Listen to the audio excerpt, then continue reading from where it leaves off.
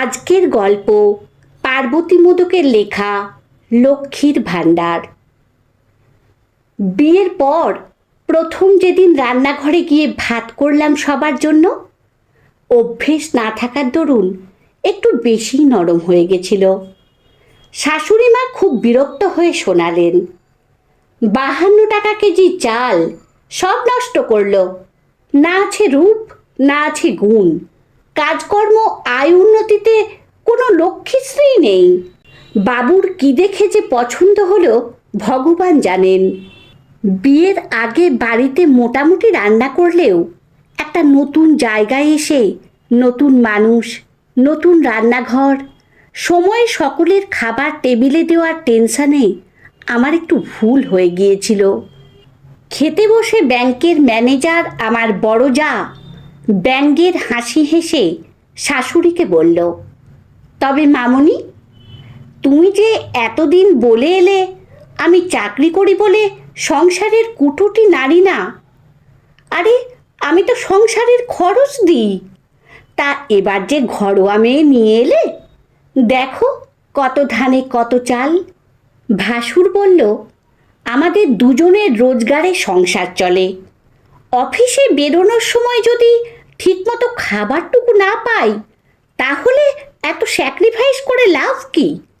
মিমি তো কবে থেকেই ফ্ল্যাটে উঠে যাওয়ার কথা বলছে। এত কম্প্রোমাইজ কিন্তু করা যাবে না, বলে দিলাম। ননদ বলল, কেন মা, রান্নাটা তো এতদিন তুমিই করতে, ঘোড়া দেখে খোঁড়া হয়ে গেলে নাকি? শাশুড়ি মা কাঁদো কাঁদো মুখ করে সবার গ্লাসে জল দিতে দিতে বললেন, সকাল সকাল সংসার আলাদা হওয়ার কথাবার্তা এ বাড়িতে আগে কখনো হয়নি। কি যে অলক্ষ্যে আমার কপালে এসে জুটল কে জানে। আমি ছুটে নিজের ঘরে চলে এলাম। খাটের উপর বসে অঝোরে কাঁদছিলাম। কোনোদিন অলক্ষণে শব্দটা শুনতে হবে স্বপ্নেও ভাবিনি। বাবা মায়ের বড্ড আদরের মেয়ে ছিলাম। আমাদের সংসারে অভাব ছিল, কিন্তু তাদের ভালোবাসায় কোনো টানাটানি ছিল না। মনে পড়ছিল মায়ের কথাগুলো। মা সব সময় বলতো, সংসার অত সহজ জিনিস নয় রে মনা। তুই যতই ভাবিস আমি যত্ন করে সেবা করে সবার প্রিয় হয়ে উঠব, অত সহজে কারোর মন পাবি না রে। এটাই নিয়ম। বরং ভালো করে পড়াশোনাটা কর, নিজের পায়ে দাঁড়া। সব সময় জানবি টাকার কাছে সব তেতো মিষ্টি হয়ে যায়। আর বাবা মায়ের চেয়ে বেশি ভালোবাসা কোথাও কারো কাছে পাবি না, সে যত ভালো মানুষই হোক। সে সময় মায়ের কথা ভালো লাগেনি। সুমনের সঙ্গে 5 বছরের সম্পর্ক। একটা কোম্পানিতে চাকরি পাওয়ার জন্য গুজরাট চলে যাওয়ার আগে ও বিয়েটা সেরে ফেলতে চাইছিল। এতদিনের সম্পর্ক বলে আমিও কেরিয়ারের চিন্তা জলাঞ্জলি দিয়ে বিয়েটায় মত দিলাম। মা বাবা কারোরই এই মুহূর্তে বিয়েতে ইচ্ছে ছিল না। দুটো কারণে অমত ছিল সুমনের মায়েরও। এক, আমার গায়ের রং কালো বলে, 2, আমার কোনো উপার্জন নেই বলে। বিয়ের 2 দিনের মাথায় সুমন চলে গেল গুজরাট। আবার 3 মাস পর আসবে। যার হাত ধরে সদ্য বিয়ে হয়ে এলাম, সে চলে যাওয়ায় একেবারে একা হয়ে গেলাম আমি। শ্বশুরবাড়ির বাকি সবাইকে আঁকড়ে ধরার চেষ্টা করলাম, কিন্তু দেখলাম বড় যা ভাসুর অহংকারে নিজেদের মতো থাকতে পছন্দ করে। প্রায় সমবয়সী ননদও আমাকে এড়িয়ে চলে। ঘরোয়া ছোট বৌদির চেয়ে চাকরি করা বড় বৌদিকে তোয়াজ করে চলা তার কাছে বেশি লাভজনক মনে হয়। শাশুড়ি মা তো একেবারেই পছন্দ করেন না আমাকে। একমাত্র নিরীহ শ্বশুরমশাই আমাকে খুব ভালোবাসতেন। 2 বছর আগে সেরিব্রাল অ্যাটাকে একদিন প্যারালাইজড হয়ে যাওয়ায় উনি বিছানা ছেড়ে উঠতে পারেন না। এক সময়ের দাপুটে ইঞ্জিনিয়ার এখন অসহায় হয়ে হয়তো আমার কষ্টটা বুঝতে পারেন। যাই হোক, আমি কিন্তু জেদ ধরেছিলাম সংসারটা আমি গুছিয়ে করব, আর এই অলক্ষ্মী শব্দটা থেকে বাদ দিয়েই ছাড়বো শাশুড়ি মাকে। ঠিক 7 দিন লাগলো সংসারের নিয়মকানুন, রান্নার ধরন, পছন্দের খাবার, খাওয়ার সময় আর মশলার কৌটোর জায়গা বুঝতে। সকাল 10টার মধ্যে সকলের জলখাবার, ভাসুর যা ননদের টিফিন, দুপুরে রান্না, ঘর গোছগাছ সব নিখুঁতভাবে সেরে ফেলতাম। সুমন একদিন ওর মাকে ফোন করে বলেছিল, ও সব কাজ করতে পারে মা, শুধু নিজে খাবারটা নিয়ে খেতে একদম পারে না, হয়তো ঠিকমতো খাওয়া দাওয়া করে না। তুমি দুপুর আর রাতে অন্তত খাবারটা ওকে বেড়ে দিও।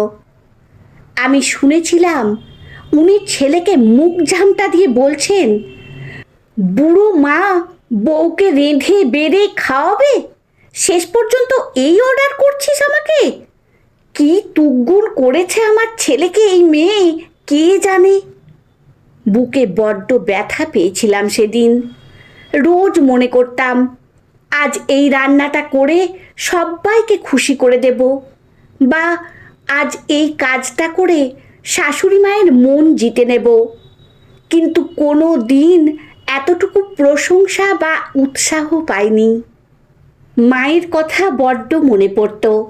ভাবতাম, তাহলে সত্যিই কি শ্বশুরবাড়ি ভালো জায়গা নয়? মেয়েরা কি এখানে শুধু পরের মেয়ে হয়েই থেকে যায়? রাতে ফোনে সুমনের কাছে রোজ কাঁদতাম। ও বলতো, দেখো, যারা তোমাকে জন্ম দিয়েছে, মানুষ করেছে, যাদের রক্ত তোমার শরীরে বইছে, তাদের কাছে তুমি ভালোবাসা পাবে, এটাই স্বাভাবিক। কিন্তু এক গাছের ছাল অন্য গাছে লাগতে একটু সময় তো লাগবে। এত অধৈর্য হয়েও না, একটু সময় নাও, সব ঠিক হয়ে যাবে।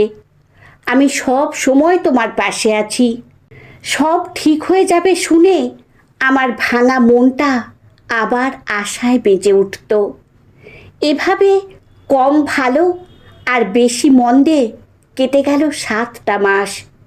শ্বশুরমশাই গত হলেন। কাছা নেওয়া অবস্থাতেই যা ভাসুর বাড়ি ভাগ করে নিল। আরও বলল, সংসারে যখন তারা থাকছে না, খাচ্ছে না, তখন মায়ের দায়িত্ব নেওয়ার প্রশ্নই ওঠে না। ননদ সৃজাও চলে গেল বড় বৌদির কাছে। ও ভেবেছিল বড়লোক দাদা বৌদির সংসারে বিলাসিতায় থাকবে, আর বৌদির দরকার ছিল সারা দিন বাড়িতে থাকার, কাজকর্ম করার একটা মানুষ। অদ্ভুতভাবে আমার শাশুড়িও মেয়েকে সেদিন বলেছিলেন, স্বার্থের লুকোচুরি খেলার চক্করে পড়িস না সৃজা, অপরের ভরসায় না গিয়ে নিজের পায়ে দাঁড়ানোর চেষ্টা কর, টাকার কাছে সব তেতো মিষ্টি। বুঝেছিলাম সব মাই আসলে এক। বাড়ির এই অংশে রইলাম আমি, সুমন আর শাশুড়ি মা। সুমন আমাকে নিয়ে চলে যেতে চেয়েছিল, কিন্তু স্বামীহারা, ছেলের থেকে আঘাত পাওয়া, পর হয়ে যাওয়া মেয়ের অসহায় মাটাকে আমি ছেড়ে যেতে পারলাম না ওর কাছে। আরও জড়িয়ে ধরলাম মানুষটাকে।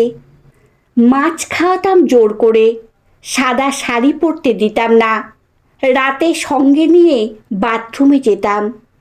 সুমন চলে যাওয়ার দিন সকালে উনি হাউমাউ করে কেঁদে আমাকে বললেন, তোমার বাবা সব সময় বলতেন, বাড়ির লক্ষ্মীকে অবহেলা করো না সরমা, পস্তাতে হবে, লক্ষ্মী বড় চঞ্চলা।